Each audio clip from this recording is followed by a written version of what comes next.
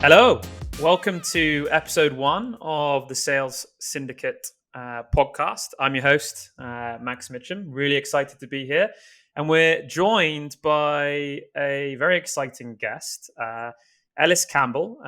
So Ellis has, over 7-8 years experience within sales, probably a little bit more. I don't mean to be shortchanging you there, Ellis, but welcome to the first podcast.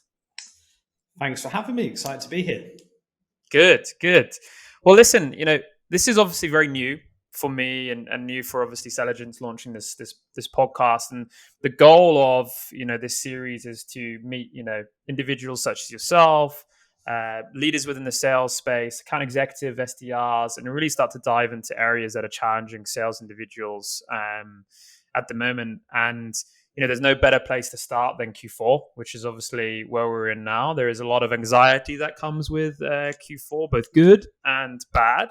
So I think that'll be the subject for today. But before we get into that, I'd love to start with a little bit of introduction about yourself. Who are you? Where you've learned your sales career. Whether you've been selling to SME, enterprise. Just give me a bit of an overview of you. Yeah, of course. So I'm currently the head of enterprise at Selligence, obviously working with yourself. I actually started my sales career out at a company called NCC Group, which for those who don't know is a cybersecurity business. And I've probably covered all the different varieties of roles within that business. I started out as an account manager working on largely public services, trying to work with them to increase spend on business continuity and cybersecurity. Eventually worked my way up into senior account manager, key account manager, global account manager, where I start working with more of the larger enterprise clients, in particular financial services, before taking a role as a global cloud specialist, working on our go-to-market strategy for our cloud proposition, again, working with larger enterprise. Then made the move across to a company called Data Miner, enterprise account sales there again.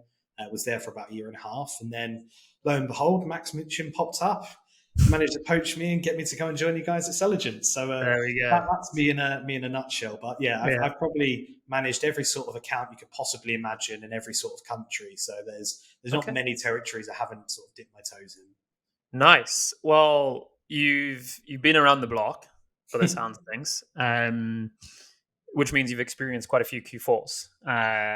Yes. So maybe give me like your experiences on a Q4, the goods, the bads, the uglies, your experiences. Yeah, I've had such mixed varieties. I mean, for me, it really starts with how does your financial year run? So if you run on a calendar year for your financial year, your Q4 is obviously coming up to the Christmas period.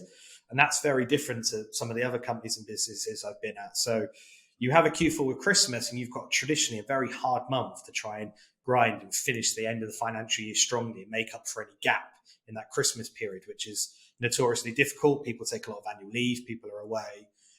If you can time your financial year end to be around, say, like a May time, it can be quite good because people typically will tend to get new budget in January or in April, and you've got a chance for a full month to try and close out. So I've worked in a few different businesses. Some have had that more calendar year focus, my last 2 roles. Some have been geared towards more of a May time, where I would say it's a lot easier and there's less Q4 anxiety because people open up budget, there's purse strings there. But at the same time, that does mean you typically have gone through that harder Christmas period earlier on in your financial year. So normally you've got a bit of a gap to close in the end of Q4. So I'd say there's pros and cons to all of it. I've had Q4s where I've absolutely smashed it, managed to catch up with my yearly target and carry me over and carry the floor over. I've had Q4s where it's coming up around the Christmas time. My 2 key decision makers on my largest deal have taken annual leave, and unfortunately I was too solely reliant on 1 or 2 opportunities, and I've ended up narrowly missing. So that's my experiences. I can definitely relate to Q4 anxiety.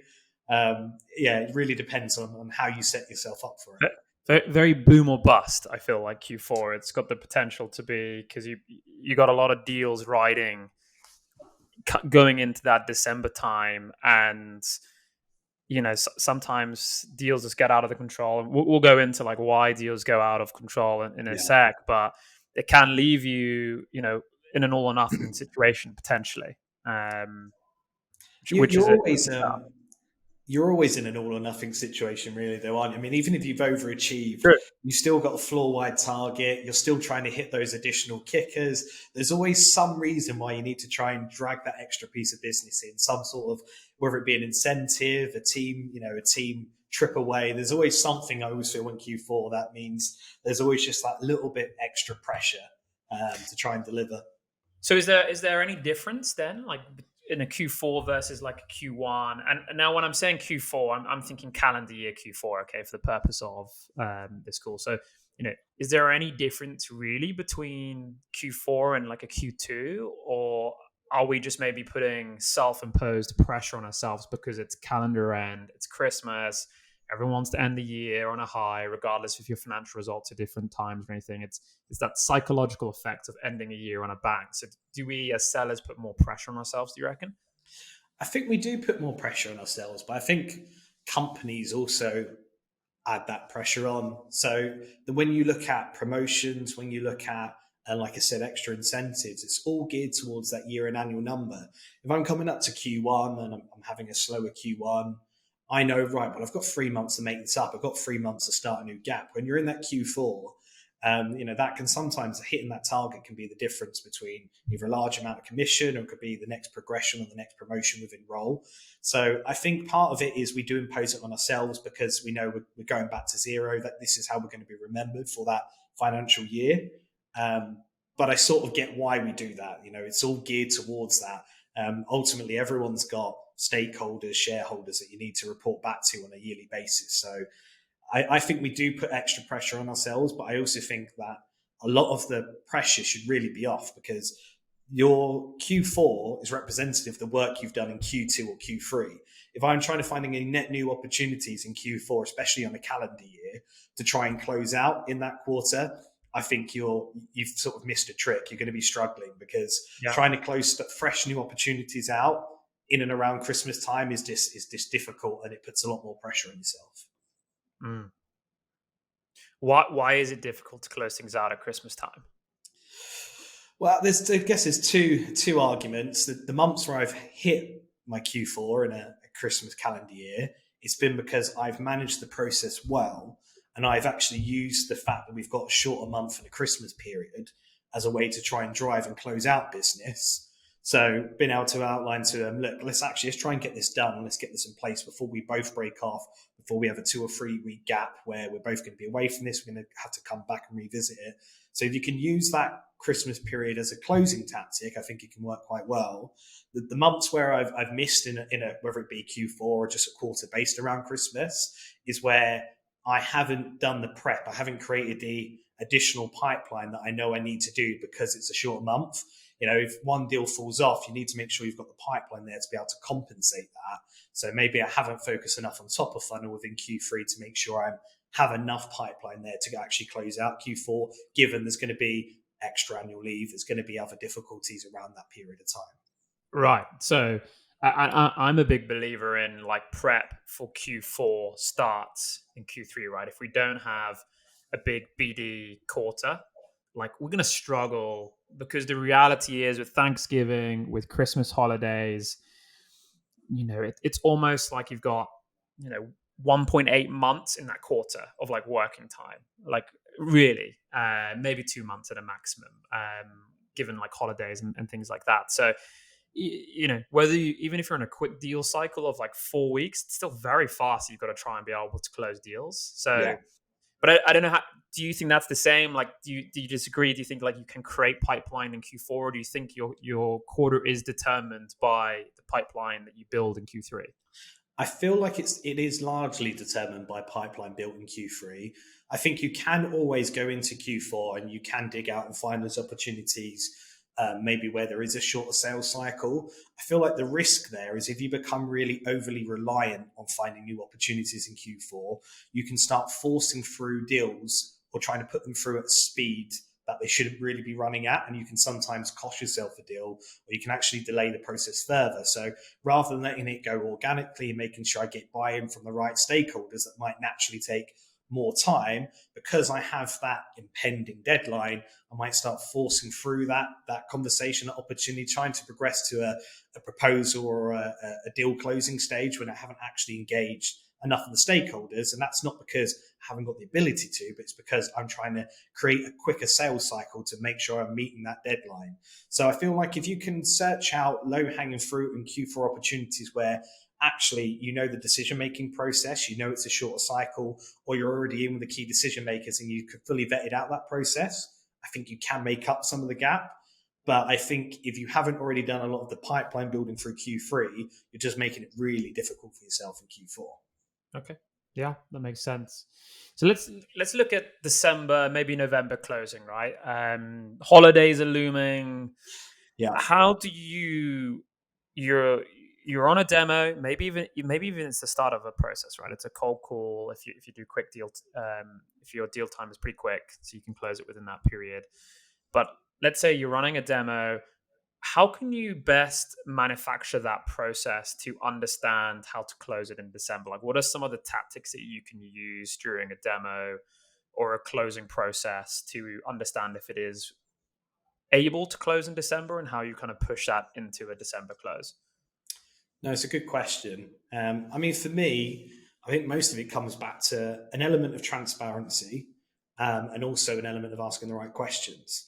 So sometimes as salespeople, we don't like to ask the questions. We don't want those, right? We don't want to look for the reason why it won't. Yeah, exactly. I want to believe that I can close this deal out for Q4. So rather than actually going through and asking the right questions, as difficult as they may be, it's probably better to vet that out, and then I have a realistic forecast for Q4 than someone tells me, oh, actually, I like this, and yeah, we do have some budget. And I take that as brilliant. This is going to close out in Q4. But I don't actually ask, well, actually, what's your procurement process? What's your PO process? What's your onboarding process? What other decision makers need to come in? There's budget there, but who else do we need to pitch this to?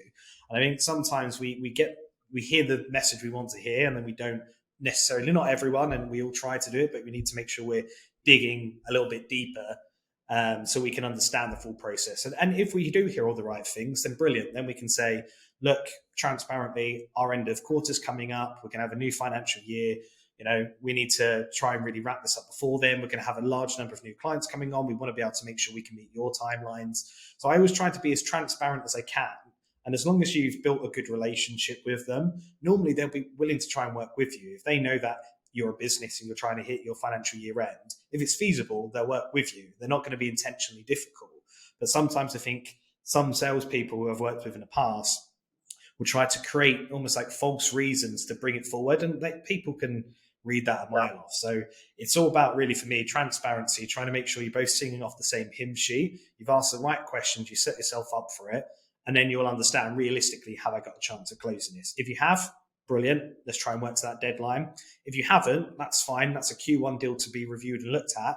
Let's get that in motion, but then let's start refocusing our time and attention on the other opportunities which might be able to close out in Q4. And when, the psychology behind December, maybe even November kind of closing, is everyone's buying stuff, right? They're buying stuff, for their loved ones, for family, it's Christmas presents, right? Everyone's in that like mode of like, hey, this is the month to buy. And I definitely think that does transpire into Q4. Like, people are probably a little bit more open to potentially buying. Timelines are the hardest part, right? But with that, I think because people are a little bit more susceptible, when you enter into January, February, people go way more closed off as well.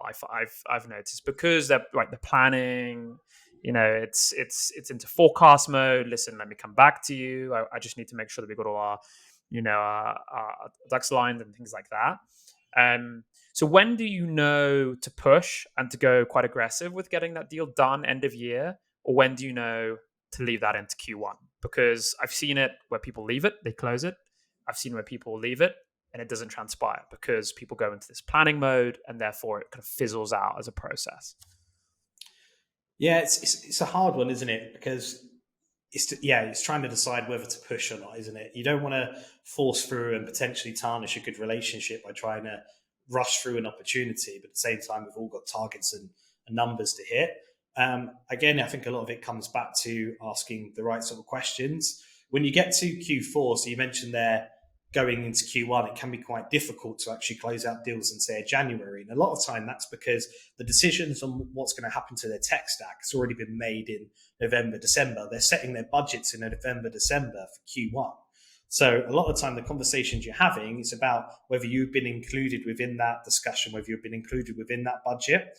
Now, sometimes if you've been included within the budget, you can still get a contract signed in, say, December with a go live date for January. Brilliant. It's revenue. You can have that on the books. Other times you can be included within the budget, but the contract's not going to be signed to January. But also because they're looking at so much other tech stack, typically it might be the start of their financial year. If you're trying to pitch to them to close out in January, they're probably already going through similar processes with other suppliers. They're probably going through setting their own budgets for the forthcoming year. They're setting their own targets. So January can be quite a difficult month if you haven't already put in the prep work in Q4. So I think with all of it, it's vetting that out. It's understanding what the process is and then deciding based upon what they've told me, can I get away with trying to push this through?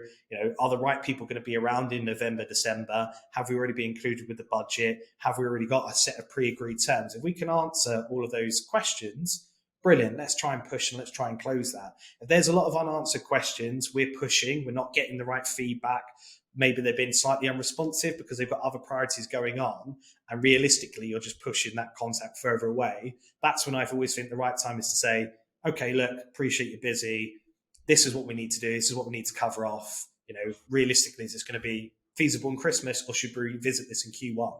And sometimes, but no one likes asking those questions, right? Why does everyone shy away from looking for that? No, because they're scared that they're going to ask, should we wait for this to be in Q1? And they're going to say, yes, Q1 is going to be the deadline. And then they're worried that that's off their pipeline and their forecast for Q4. But back to our point earlier, if you're asking the question and it's not ready to Q1, you're only fooling yourself. If you're including that in your forecast and your pipeline to hit your number for the year, but realistically it's never going to come in into Q1, it's just a false representation. You're better off being honest, moving it out to Q1 and then focusing back and saying, right, now what can I do to impact my Q4? Where can I find the low-hanging fruit? Where can I visit old opportunities? Maybe even people who have actually got budget. A lot of time we talk about people wanting new budget. You do get people who have got their budget allocation for the year. They get to November, December time. If they don't use that budget up, come January, when they review it back, they're going to say, well, actually, you didn't use X amount, so we're going to keep the budget the same. Everyone wants to use that budget up so it can keep getting increased. So I always think there are ways to try and leverage that. And that's the right time to try and push and close deals in Q4 rather than forcing through someone who's waiting for a January budget. And I think, if you surface the objections, it allows you to counteract them. Like if you can't get those objections up there, like whether it is a January deal or not, like there might be a reason because they feel like, okay, hey, it's going to take us 4 weeks to implement, but you're like, it's a 1 day implementation. If that was your concern, like let's get this done. Do you know what I mean? It might be something as simple that you never know.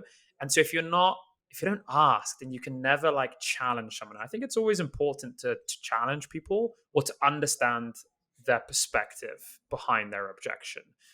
Whether it's a Q1, whether it's a push, whatever it is, like I think if you take anything from today, it's like prepare for Q4 and it's make sure that we're challenging and surfacing like potential objections, asking the tough questions that people don't want to ask. Especially around the Christmas time, because no one wants to ask those more than ever because they want to close the year well and they want to go into the Christmas period feeling successful, feeling kind of validated. And the way that most people in sales, and this is the wrong way to do it, but the way that most people validate themselves, whether they're good or not at their job, is what do my results say? That's the wrong way to do it, but that's how a lot of people do it. And that's why Q4 anxiety is a real thing, because it's extra emphasis and people are extra like sensitive. Sensitive is not the right word. They're just extra focused on their feelings around the holiday period. And that's why everything can be a little bit more strengthened, I think, as well during Q4. No, I think you're spot on there. And, let's be honest, you go through, you get to the start of Q4, there's always a massive push. Everyone's always going normally for a team objective. So when you go to put your forecast forward, you want to look at, your pot of opportunities of what could close. A lot of the time you want there to be a big number. You want your manager to get excited. You want your head of sales, your VP, you want everyone there getting pumped. So So when you see that, and you see other salespeople all trying to push through and, killing or curing all of their opportunities to try and create that big final push, the temptation is to then go, well, actually, yeah, I'm going to pile up everything I've got that I think could ever possibly close. And, you don't ask that question because you don't want to vet it out, because you still want a big pipeline so that you can at least tell your manager, yeah, this is what I'm going after to try and close that gap. But as you know from probably working with me, I think that's a false representation. And then your manager goes away back to the business and forecasts that. And if you don't achieve that, you all end up looking worse off. It's a lot better to go, realistically, this is what I've got in play. Here are the opportunities that I've got in an uplift situation where I might try to bring those forward and close them out, but they are an uplift. And at least you can manage and have realistic expectations. Yeah, nice. And moving tack slightly, right? So an interesting stat is that some of the highest turnover in staff is in Q1, typically where people hand in their notice and move on to another opportunity. It tends to be January, February. And I think there are a lot of reasons potentially why here, but do you think that your Q4 results, by the way, I have no stats to say that it is Q4 results. I'm just wondering, do you think there is a correlation between those that are successful in Q4? And it links back to my previous part about them validating themselves by their results in Q4. So those who feel successful and hit their targets will often stay with the company. Those that don't and create that big anxiety over the Q4, they view the new year as a fresh start and move on because they've developed a lot of anxiety over that end of year close, hitting their targets, and therefore it kind of creates a negative spin where they are currently and want to move on. Do you think there's a link there, or do you think not at all? No, I think that's one of the reasons why. I definitely think people will get to Q1, and although Q4 is what we're talking about here, I think people get to the end of the financial year and they'll look back at the whole year as a whole, and they'll look at, how well have I done? What have I earned? What are the opportunities that are there? Like you said, it's very rare if you see someone that's absolutely smashing their target, they're taking home good commission. It's rare that you're going to see them proactively looking for a new role.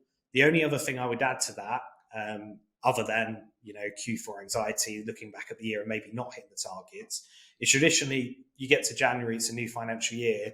That's when, in theory, you'll have a new comp plan.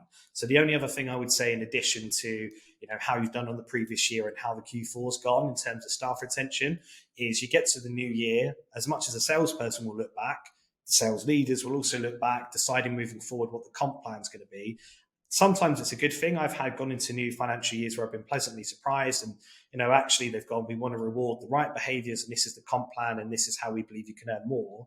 Equally, I've had businesses where they've gone, well, we've 5% shy of our target, we need to make this back, but I feel like some of the salespeople are still earning the comps they've got. They change the comp plan, and then you've maybe got an individual who's maybe they've just missed target, they've still done a decent number, they've had a bit of a tough December, a tough Christmas period.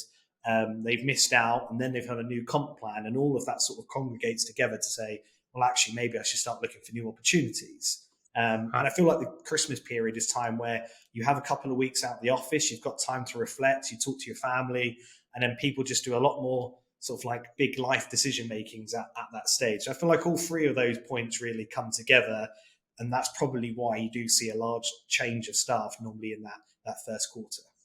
Right. So it's not like solely linked on their results in Q4. Yeah, I think it's a major contributor, because if you're over target and someone introduces a new comp plan, but you're confident you're going to overachieve on that new comp plan anyway, then the chances are you're still going to be happy. You're still going to be earning the money.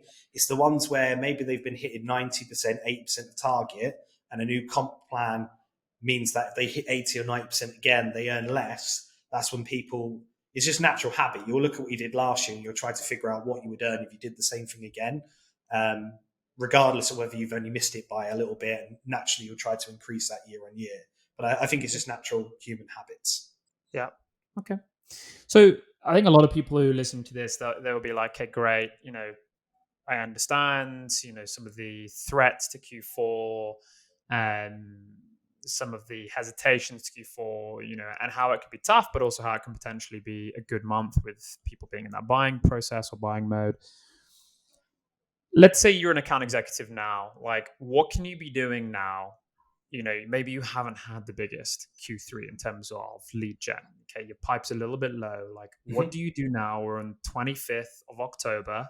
All right, we've probably got, I don't know, 7 or 8 weeks left of the year, working weeks with Thanksgiving thrown in there, and then if people shut down typically after Christmas, so you haven't got long left. Like, how do you get back on track? How do you hit your Q4 numbers? What's the advice? Yeah, I think the answer is always to look at top of funnel, right? We've obviously mentioned it's harder to close out in Q4, but you still got to continuously doing that top of funnel to try and hopefully find some of those opportunities. But for me personally, I would start looking at where we've had success on a shorter sales cycle. I'd be looking for opportunities that fit within my segmentation where I can potentially go out and replicate that, so I can start maybe chasing some of those opportunities that are maybe I've been avoiding because I've been chasing larger strategic opportunities. But if I need to also, I guess, marry that with some smaller opportunities where I've got a shorter sales cycle, I'll try and sync that up. I always think revisiting your pipeline, so looking back at previous opportunities where maybe you've actually done some of that legwork. So although it's not in your pipeline, your forecast now, if I vetted out, I know who the decision makers are, they're aware of my product, my service, or my offering, and I've done a lot of that legwork. It was just maybe poor timing, or maybe there was other issues. I'd definitely go back and revisit some of those previous opportunities to see if I can re-engage any of those. And even if I can convert 1 or 2 more, that can be the difference between just falling shy of target and making target. So those are probably the 2 key areas, focusing on that top of funnel where I feel like I can get that sales cycle, but then also revisiting some of those other ops. Yeah, I think that's a really interesting one, that last one there, like leveraging your CRM data, right? So working out, okay, who have you spoken to in January, February last, earlier in the year, or whenever, who have said, come back, speak to us, in a couple of months' time. The other really interesting thing that you can start doing there is, just seeing generally in the business, like take it wider.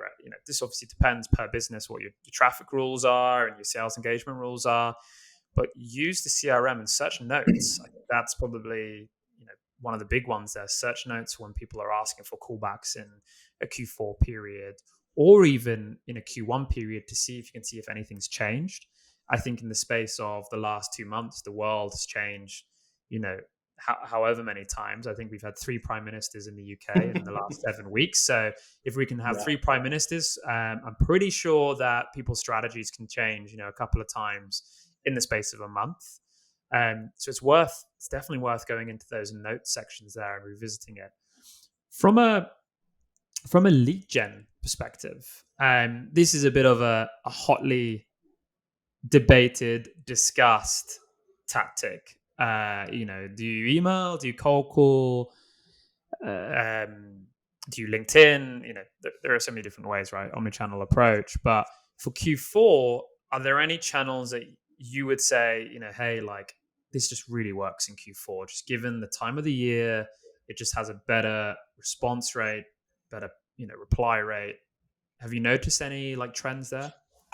Again, it's really hard because you probably see differences in different verticals and sectors. As an example, if you're going down the emailing route and you're targeting large enterprise, they get so many in messages and emails within that time period. It's really hard to differentiate yourself and not end up in the spam folder. So normally I would say you're better off just, ultimately the quickest way to find out if you're going to win or lose or there's an opportunity there is to get someone on the phone. Lots of people still don't like cold calling. I think in the right setting at the right time, it makes a lot of sense. It's always the quickest way to try and find out. I definitely think in Q4, that's where you would focus more time and attention. Again, with emails, if you have people's mobile numbers, even if they're on annual leave, you might be able to speak to them. They might tell you they're off, but look, no problem. Let's catch up when you're back. At least you can have that conversation. Whereas if you get into a time period where people are taking a lot of time out of the office, there is going to be annual leave. You risk your email not only going to a spam folder, but you might hit someone's out of office. When they come back or they're catching up, the chances are you're going to be one of many emails. So I definitely think LinkedIn, with maybe engaging in their content, more of a softer approach to try and start a conversation, is probably quite good. But ultimately, if you really want to learn quickly, if there's something there to be had, try and get to them on the phone and try and speak to them. Yeah. Goes back to that earlier subjects about just finding the answers faster, getting the no's faster. I also think like cold calling this time of year is probably the best time for me personally anyway, in my own experience. Like, people are a little bit jolly.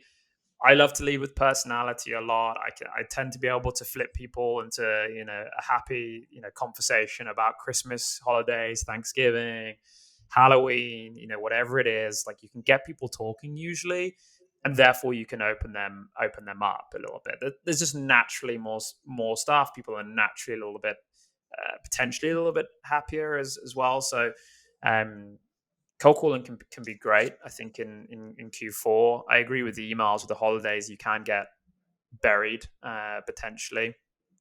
Then again, you get some great data coming back from it because you can capture Yeah, people's contact information. that's a good point. Yeah. The other interesting thing that I did once, or more than once, but in Q4, I used to send, like, and this is more enterprise focused now, but I used to send people, a present.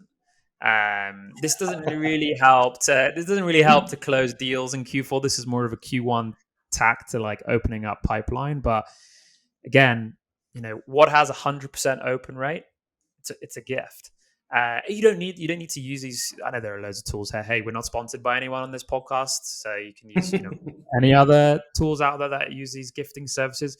You don't need to. I've never actually used one in the past. I've just purchased stuff off Amazon and sent it to people's offices. You get a great response rate as well. But again, I probably would only use that for enterprise. And again, people are more receptive for that in Christmas time, right? And you can usually do a clever little play around whatever you're doing. That's also an interesting tactic to take around top of the funnel during Q4. No, I think that's a good point. I mean, it doesn't always have to be a physical gift, does it? As well, depending on what your product serving or offering is. Maybe you're just offering them, some insight. Maybe you're offering them some sort of access to the service. Maybe you're giving them almost like a taster, a free sample of what's to come. But you position it as it's Christmas time. It's slightly more receptive. People can appreciate the reason why you're reaching out. So even if you don't want to go out and send a bottle of whiskey or reach out to some individual in a business, that people still are quite open to some sort of offering. It's very hard to turn it down. If you're in, as an example, we target salespeople. If I turn around to someone and said, "Hey, do you want me to send you some free leads? Here you go." Regardless of whether they're interested in our platform or our service, they're still going to see the value in it. They're still going to take the opportunity to investigate that to see if it's going to help them. So yeah, it can be an interesting time to try those slightly different tactics. Okay, nice. Well, listen, to wrap today off, and been great talking to you. I got two more questions Sure. for you, which I want to create a little bit of a theme around this on each episode here. But the first question is, if you were starting out in sales again, what would you want to tell yourself now you've been in the industry 7-8 years? I think the thing I would probably tell myself is, and it's been a topic that we've covered off here today, really, is just ask the questions that you don't want to hear the answers to. I think very early on in my sales career, I would shy away. I would get really excited about an opportunity because someone had got buy-in, and they told me they liked what I was trying to sell them, and it sounded great, and they'd be on my forecast, and they'd be on there for 2 or 3 months, and I would follow up with them, weekly, and chase them because they told me they're interested, but because I shied away from asking those difficult questions because I didn't want to give them the opportunity to sort of almost quash that excitement. It probably meant that early on in my sales career, I was wasting time and effort and opportunities that weren't going to happen. And looking back now, I would rather say, do you know what? Lose quickly. If it's not there, I'm not going to win. Let's move past that and move on to the next one. It's a cliche, but every no is one step closer to a yes. You do put the time and effort in, you will find someone. So that would probably be my biggest bit of advice, because I was, in my early days, I was very guilty of focusing a lot of time and effort on people who made the right noises, but I hadn't asked the right questions to vet them in or out. Okay, nice. And the last one is, to be an expert or a master in your craft, you must always take the student-led approach. We're always learning. So what was the last thing that you learned, that is relevant to kind of the sales space that you are now adopting in whatever facet into your kind of go-to-market strategy? I think, to be honest, my biggest thing of late, it's probably quite timely with this podcast, is social selling. I've always been really good at calling people, building relationships. Once I get them having an initial discovery call or a demo, really great at building a solid relationship, relating it back. But I probably haven't been as good at maybe warming those leads up. And one thing I've definitely noticed more and more recently, not just from my time at Selligence, but my time at other companies as well, more and more, is that it's a lot easier. The days where you can just call through to someone, get through, and you get your elevator pitch is becoming harder. They're trying to make it more difficult for us as salespeople. There's technology out there that blocks and stops emails. So I think we just need to have more of a creative tact. And I've seen a lot of really good people lately who do social selling really well. They build out their brand. They become subject matter experts that people want to go to. So for me, that's probably the thing that I have more recently picked up, and I'm definitely still a student at that. Definitely need to increase my social media presence with stuff like that. So yeah, I'm humble enough to admit that that's an area I need to focus on. Nice. Well, I appreciate that. And for people, listening to this and wanting to reach out to you, where best to find you? LinkedIn, is that the best place to connect with you and ask you some questions about your Q4 experiences? Yep, I'm on LinkedIn. My email address will probably be posted alongside this. My mobile number will be as well. Feel free to reach out to me. It doesn't even have to be necessarily about our services or our platform. I think we're all one big sales community, and we could probably all learn and leverage off each other. So, yeah, happy to help anyone who wants to have a discussion or conversation. All right. Listen, well, appreciate you so much coming on today, mate. It's been great to chew the fat off Q4. Hopefully we've given some people some advice. But, like anything, like you said, we're a community here. Any other questions, any other thoughts, please reach out, let us know, and we can spar it out with you guys. So have a good one. Good luck with your end to Q4. Yeah. I will surely be watching. And yeah, all the best and have a good one. Appreciate it. Thanks.